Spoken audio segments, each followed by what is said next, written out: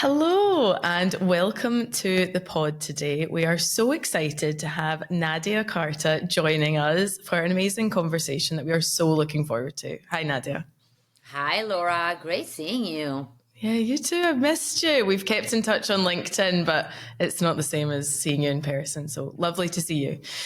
And I wanted to start with a story about how Nadia and I met. We were looking for amazing speakers to speak at our DigitX event in New York. And we wanted people who just had really amazing technical expertise, who had an eye on the future, but just had amazing personalities. And we're looking through all these different profiles, and something just popped out about Nadia. And I contacted her, and she came back and was like, yeah, I felt it too. And we connected. And then she spoke at our event in Digitech in New York and brought just an amazing panel of women from Google who are just so well experienced and so personable and just, yeah, absolutely whip smart. So we had great fun in New York, and we've kept in touch since then. And we just had to have her on because there's so much going on with her that we wanted to share with our audience today. So huge welcome to you, Nadia. Oh, thank you. That was such a great event. We had a lot of fun. We had so much fun, and it was great to be in New York. And we just did our last event in London with some of your amazing colleagues from Google. So lots of fun, and we will definitely be back next year. So there's so much that you do, and we want to just touch on a couple of areas. And we don't have time for it all today, but I'm just constantly amazed at everything that you're doing and your processes and how you do everything. And initially, I want to start with your concept of chasing these huge dreams, which you talk about having from the age of 6 and these huge visions and going about and getting after it. And yeah, how did that kind of early dream setting come about, and how does it work for you now? Yeah. Thank you for the question. Yeah, age 6. This is how I start my TED Talk, actually, talking about when I was 6 and I wanted to be a manager in a large corporation. And little did I know about management, right? Like, I was living in a very small town in Sardinia, and yet I had these dreams, probably because I was inspired by my mom, which back then was a seller.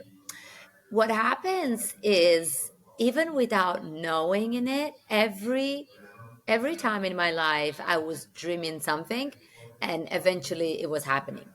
And I know that nowadays is very new agey to speak about manifestation and to speak about goal setting and speak about really making sure that you're clear about the things you want. And I've been doing a lot of research on this field, and what I discovered is that eventually every human being is born with the desire of wanting more. And whomever has kids and is listening to this, you'll know that your kids are always asking for more and they're always dreaming.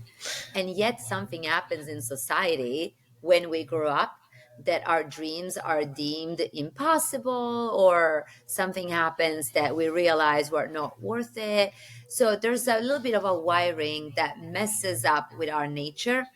And the reality is that every human out there, so you all have the power to dream what you want, manifest it, and put it down as a goal, which is more the business type of definition, and eventually get it.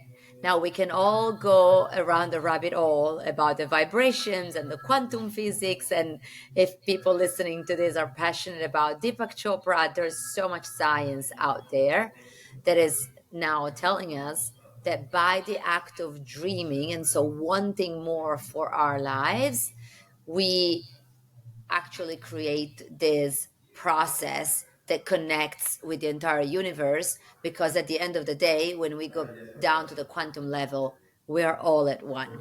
So I get it, it's a little bit mystic and physics, but that's how eventually I started conducting my life, even without knowing in it. Yeah, I think that's amazing as a child to have a dream of working as a manager in a corporation. Like it's such a specific thing, but then having that dream and then going after and actually putting processes in to make it. So it's almost like the dream is the very start of your focus. Whatever you focus on is actually going to happen, but you need to have the focus to begin with. So I think that's fascinating and love that. What about the concept of dreaming really big? Like, do you think we put a lot of self limiting beliefs on ourselves? Like, we have a dream, but we maybe only go like this much from where we are now instead of, let's like shoot for the moon. And if we fall a little bit short, then, we'll manage. Listen, the self-limiting beliefs are real. And again, I don't know if this happens in school or in families.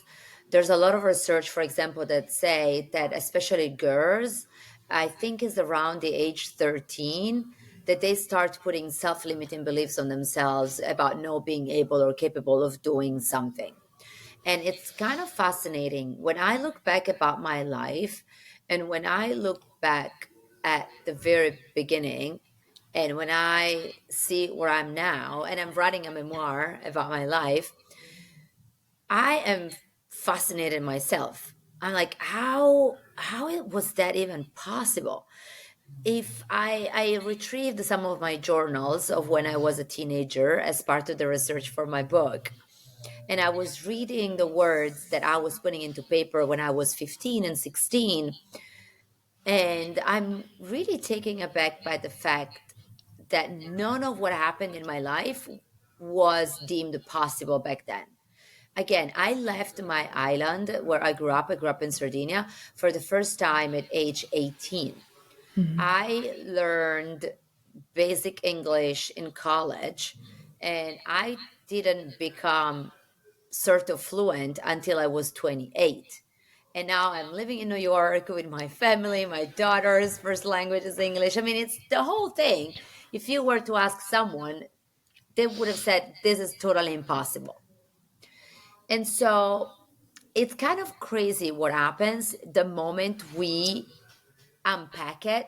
And rather than going after the entire dream at once, we set it as a vision and then we break it down in smaller steps.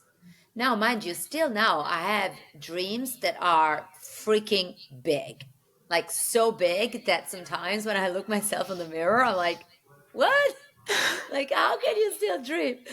And yet, it's the ability of dreaming that keeps us alive. Yeah, that's so true. And I love that. I think anything is possible. You need to have the vision first of all, but then you need to do the work to go get there. And like you say, break it down. And it's not like these things will just magically appear, but having that focus and having that direction. And something I know about you is you have a bit of a unique tracking method for, yeah, okay, here's the big vision, but what are the steps to get there? You're quite an analytical person as well as like a very creative thinker. And do you use PowerPoint and that's how you kind of track your steps? And what does that actual process look like over the course of a year, maybe 5 years? Like if you've got any insight there, I'm very interested. Yeah, I even created a product about this to help other people in the world embrace the practice. So I'm an avid believer that when you write it, and again, there's a lot of research in this field as well, when you write something, it starts to become real. And again, if we think about the quantum physics and all of that word, the difference between reality for your brain and what you're actually making up is inexistent. Like the fact that you're writing, I published a book and a million people bought it, for the brain is the same thing as if that event would have happened already. And so the reason why I'm a big fan about writing dreams and goals somewhere is because it helps your brain see them and living them as they are real. So 8 years ago, in 2015, almost 9 years ago now, actually, I attended a personal development and coaching class where they taught us how to unpack our life goals and skill set. Now, mind you, this was in the context of a career planning, but then it can be applied anywhere because career and work and life, they're very intertwined. And so I don't have it here, otherwise I would show it to you. But basically, you would write what are the things that you envision having in 1 year, in 5 years, and in 10, 15 plus. And then you would lay down what are the skill set and small actions that you want to start lining up to get them. So I still remember in 2015, I wrote down things like my next 5 years goal are to have two children, to live abroad, to be married, or to run a Spartan race. And I still collect these papers, because then what I would do is that every year I would go back and I would strike the things that I had accomplished. Well, kid you not, Laura, I'm not married. I have two girls. I live abroad in New York. And 90% of the things that I've wrote in that 2015 plan, I've realized, including being an international speaker, being an executive coach, like crazy things. And back in 2015, I was living in Paris by myself. I mean, I had a boyfriend, which then became my husband, but it was in Milan. And I had no idea to get pregnant and have kids or even moving to New York. You know what I mean? Yeah. So something happens that really enables the vibrations to connect. And I'm a firm believer that the universe conspires for you to get what you want. If anyone has read Pablo Coelho and The Alchemist, when Santiago is going after his legend, people start helping you. So two things are true. You need to write down your visions and dreams, and you need to socialize it. Because what happens when you socialize it is crazy. People start helping you and people want you to succeed. Yeah. And how do you balance socializing it when maybe a lot of the opinion is that's crazy, you can't do that? Like, how much do you share? How early on? Because I think that can be an area, often decisions come from a place of fear, a place of love. And I think other people's fears can leak into some of your bold ambitions sometimes. 100%. Well, my antidote to all of that is that you need to build your own tribe.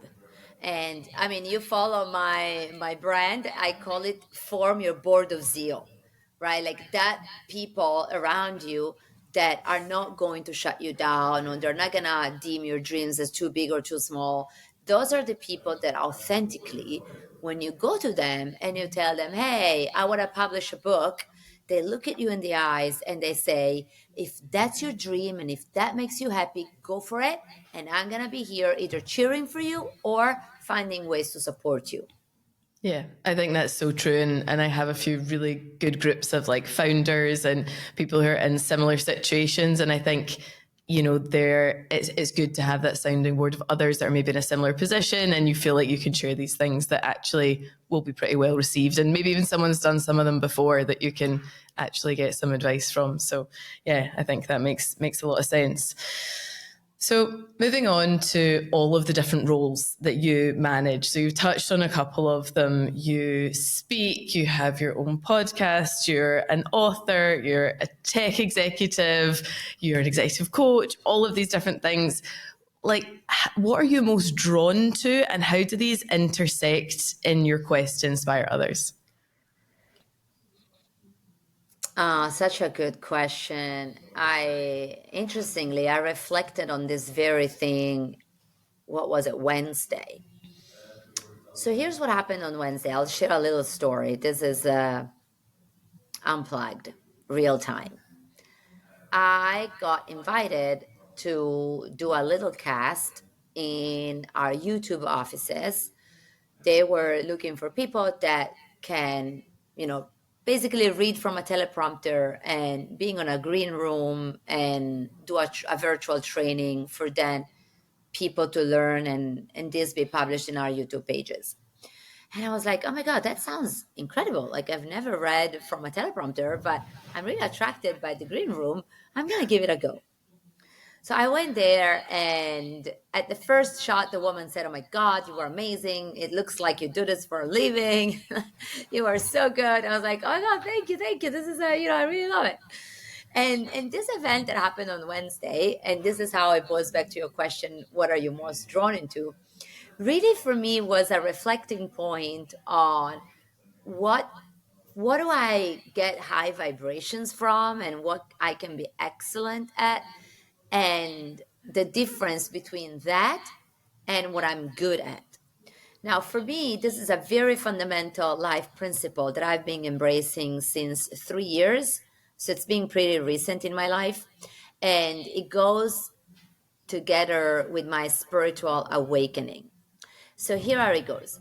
I believe that in life, for a variety of reasons, we end up in situations that might not necessarily be aligned with our largest life purpose. You know, when I graduated in college, I graduated marketing, like brand management and marketing. I went into sales and very quickly I entered Google. I was 27 when I entered Google. And I started taking one role after the other, after the other, after the other. You know, I liked the money, I liked the people, the company is great and everything. But I never paused to ask myself, what am I excellent at? Somehow, every role I was great, I was getting promoted, and all things were happening in a flow. So I never digged into it. And then during the pandemic, once we shut down and everything was a little dark, at least for me, it was very dark. That was a moment where I cracked. I started having big depression. I started having all sorts of issues. And I said, wait a moment, what's going on here? So I was forced by the situation to really confront and understand, what is it that I'm excellent at that has been removed from me, which is why I'm suffering? And what is it that I'm good at that I can continue doing my work? In fact, I was even promoted during the pandemic, so my work didn't get impacted. And through that process, I actually realized that being a light for the world is what I'm excellent at. I can't help it.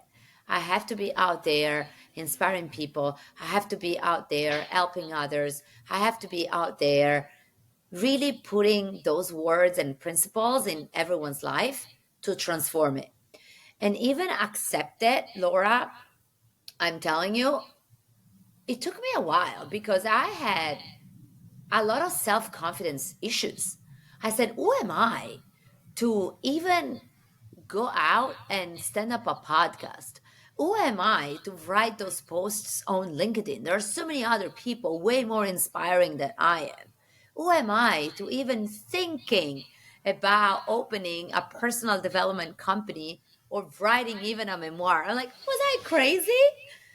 But then everything was pulling me, and I started really observing myself, and I started developing that awareness on how I was I feeling when I was following my life purpose and call. And kid you not, Laura, it's like day and night.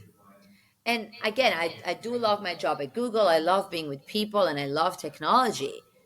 And when I follow my life purpose of being here with you and talk and speak and write, my heart feels so full.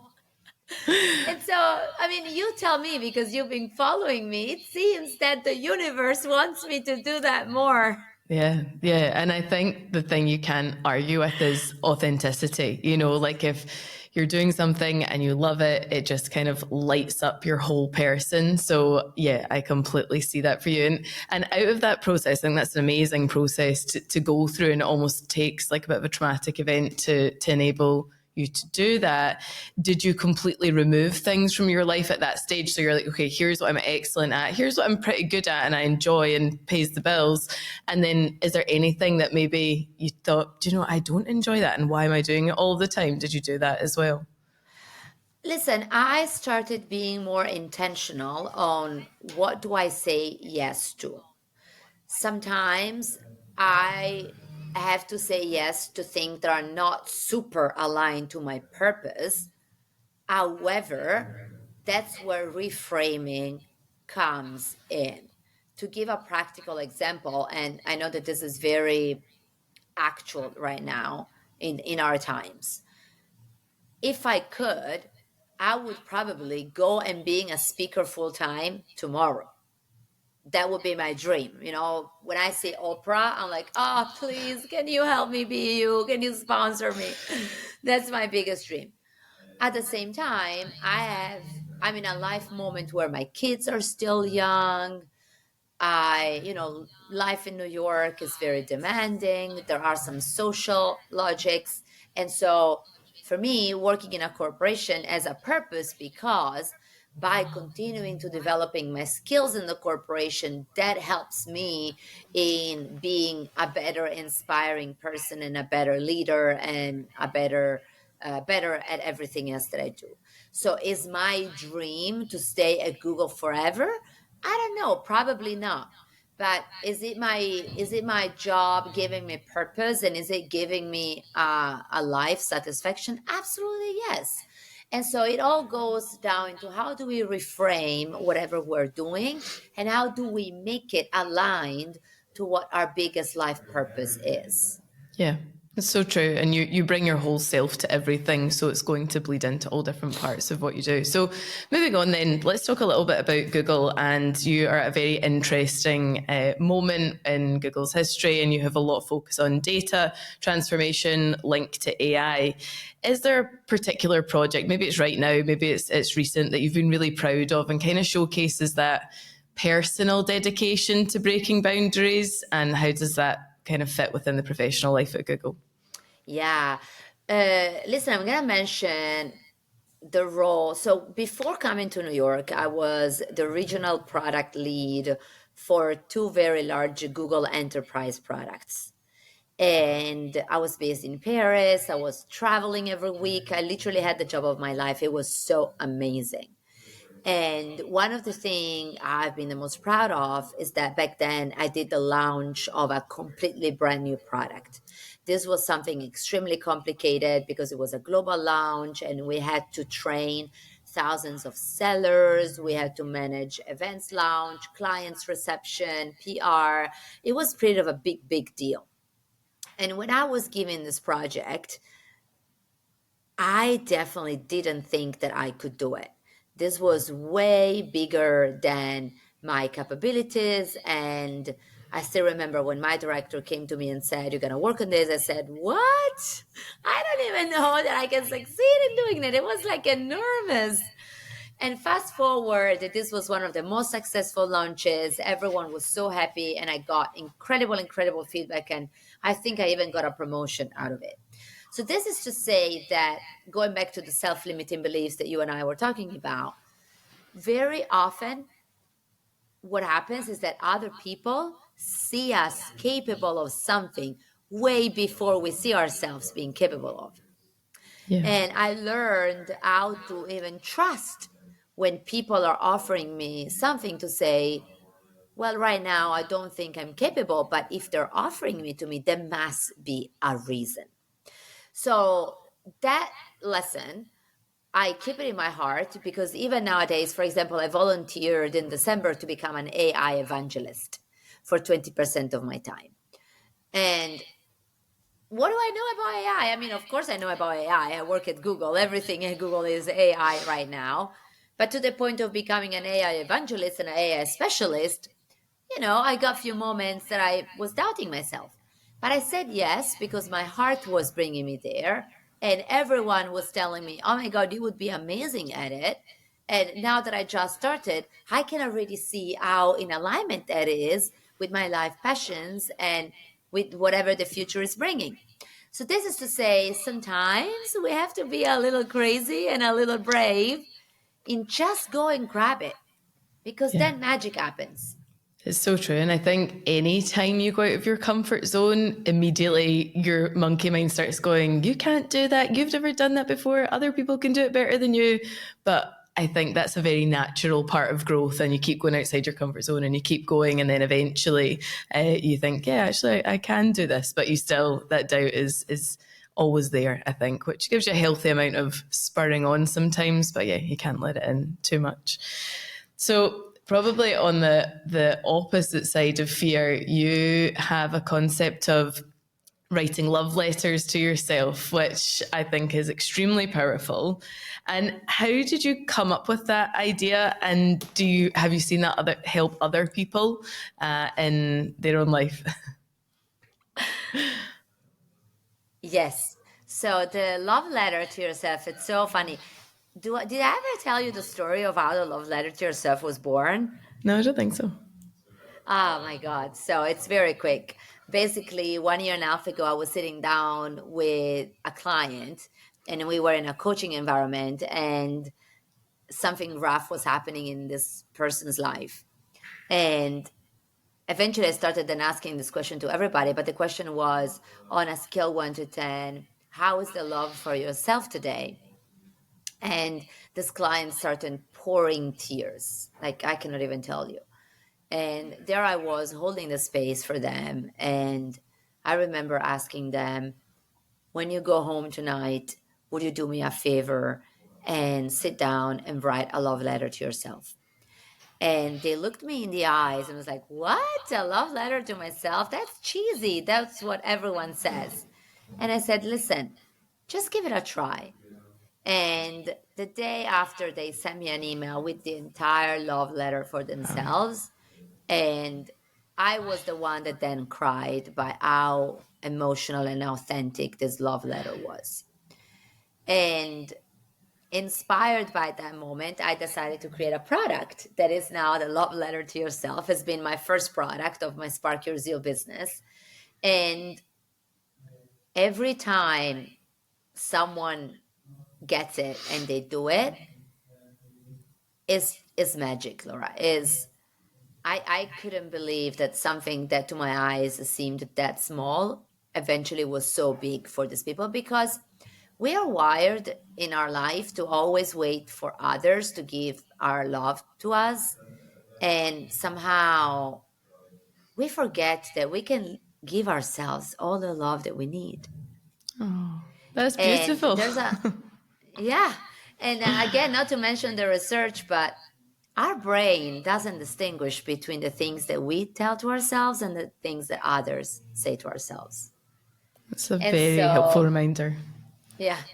So there's how the love letter was born. I love that, and I think that's something I will share with our team because it's something I would never consider doing, but now I think that would be so powerful, and I'm sure our team would get a huge amount of benefit. So thanks for sharing, and we will definitely share the book as well.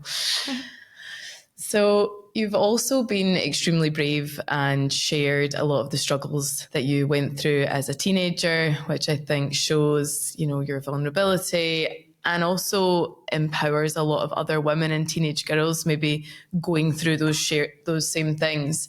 How do you think that feeds into your leadership style today? And is there things you look out for with maybe women on your team? Yeah. Look, if there's one thing that the pandemic left us with is the idea that the lines between work and life are inexistent.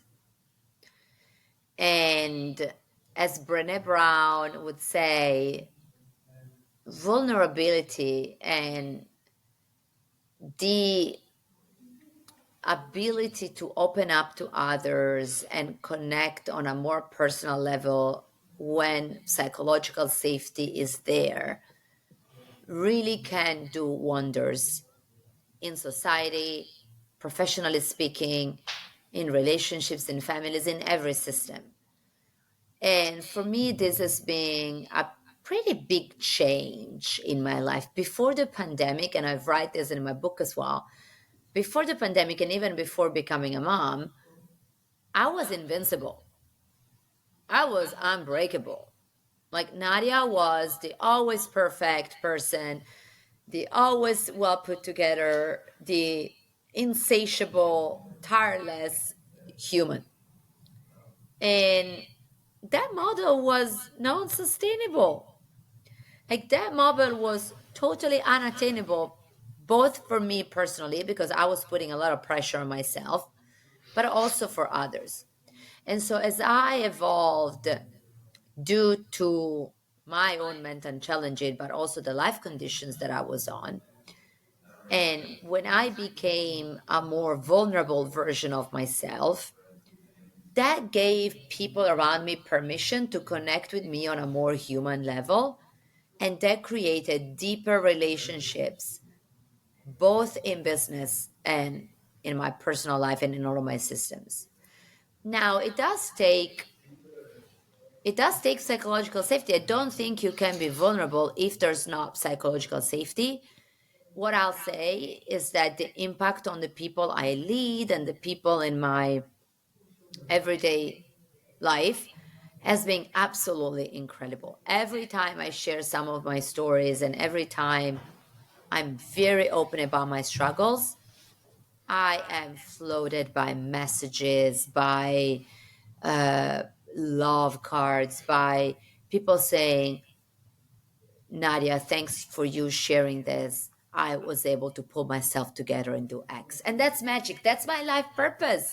If I can help even only one person going into their life by sharing one of the things that I went through, that's for me, that is accomplishment. Oh, yeah, absolutely. I think that is really what gives you meaning. And do you have your own kind of personal line? Because I completely agree. Whenever, you can be really vulnerable as a leader and share things, you build that really deep trust and relationships. And that's something that you can only really earn. Do you have a line of this is how much I share, but we can't expose all the chaos? Because sometimes maybe as a leader, you're dealing with a lot of things that you don't want to make there seem like there's complete chaos, but you do want to be, create that human effect and element. So yeah, do you have any Yeah, rules there? I love this question. I actually had a person on 99 Humans talking about this because you are right.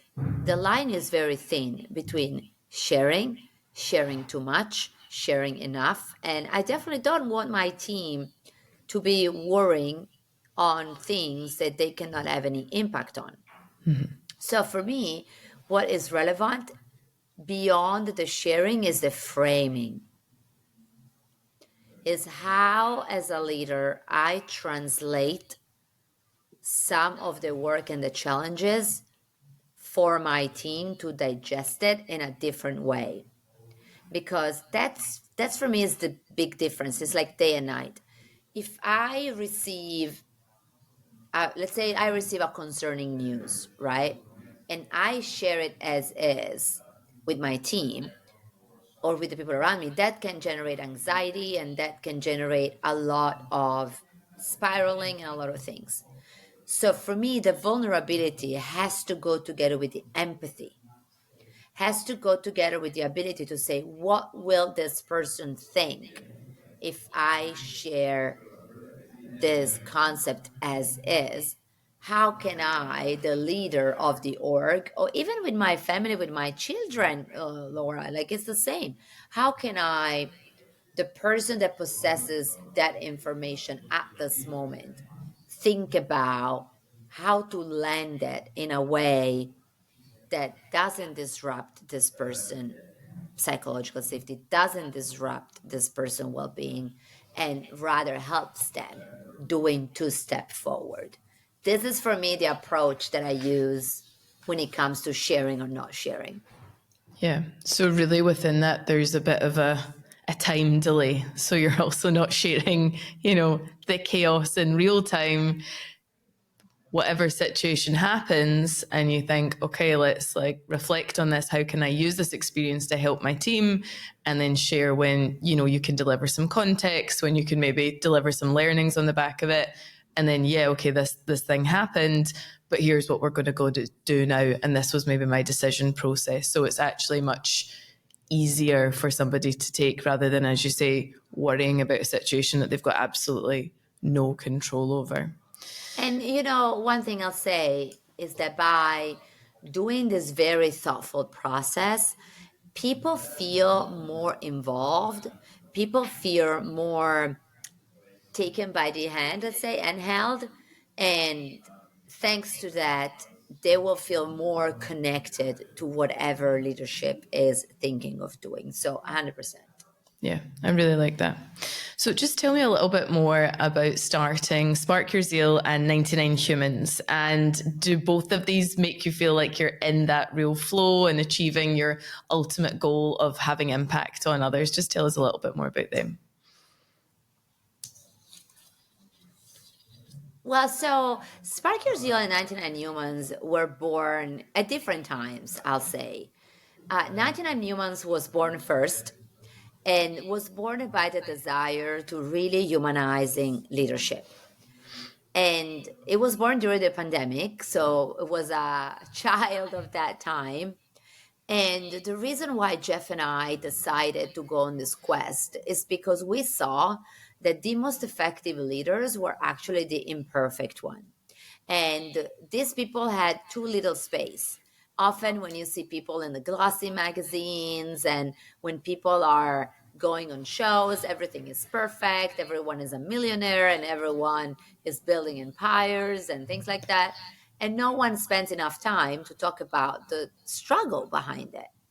And so we decided to go and find people on a variety of industry that would be willing to talk to us about what's the messiness, what's the chaos, what's the struggle behind leadership. And we interviewed 70 people.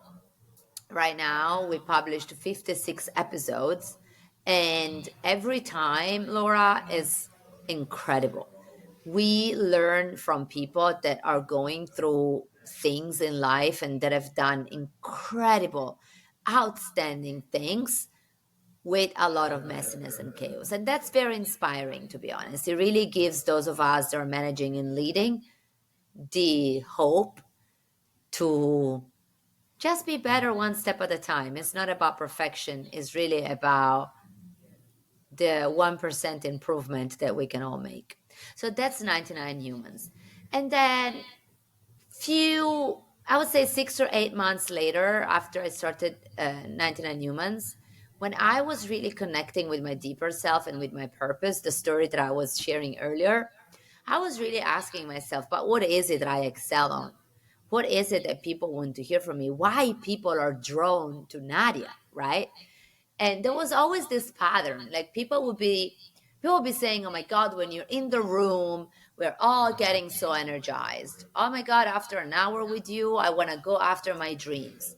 Oh my God, after I listen to your content, I feel so happy." And I started asking myself, how can I translate it? What is it? And I'm really passionate about activities at scale. I can only talk to one person at a time, but I want to talk to masses. I want to talk to thousands of people. And so I said, well, what is it? And so Spark Your Zeal, the brand, was born, which is very descriptive because people will be saying, by spending time with you, I just sparked my zeal. I now want to go and have that passion and that fire to go and do whatever my mission is. If my mission is running a marathon, I'm going to go train. If my mission is writing a book, I'm going to go write.